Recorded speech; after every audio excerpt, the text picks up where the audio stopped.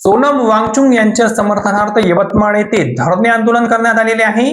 आजची बातमी आहे लोकशाहीच्या मुलांच्या रक्षणासाठी आणि विद्यार्थ्यांच्या न्याय मागण्यांसाठी।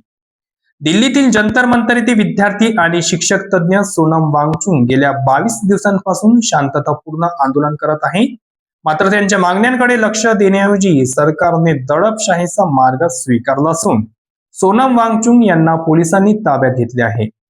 या अन्यायाचा निषेध करण्यासाठी आणि विद्यार्थ्यांच्या पाठीशी खंबीरपणे उभे राहण्यासाठी आज यवतमाळमध्ये एक महत्त्वाचा निर्णय घेण्यात आलेला आहे।